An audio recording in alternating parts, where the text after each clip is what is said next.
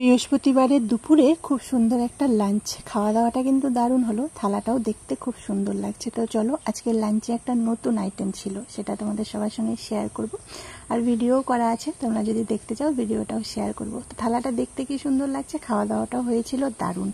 আর এরকম লাঞ্চ হলে না আর কিছু লাগে না, গরম ঝরঝরে ভাত। আর আমাদের ভাতটা একটু ঝরঝরেই হয়, ঝরঝরে ভাত দিয়ে না যে কোনো সবজি খেতেই ভালো লাগে। সাথে ছিল লেবু লঙ্কা, আর এটা ছিল পটলের পুর ভরা পকোড়া আতপ চালের ব্যাটার দিয়ে।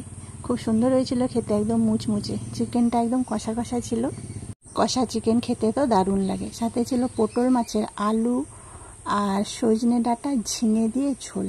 এই মাছের এই পাতলা ঝোলটা খেতে না দারুণ লাগে।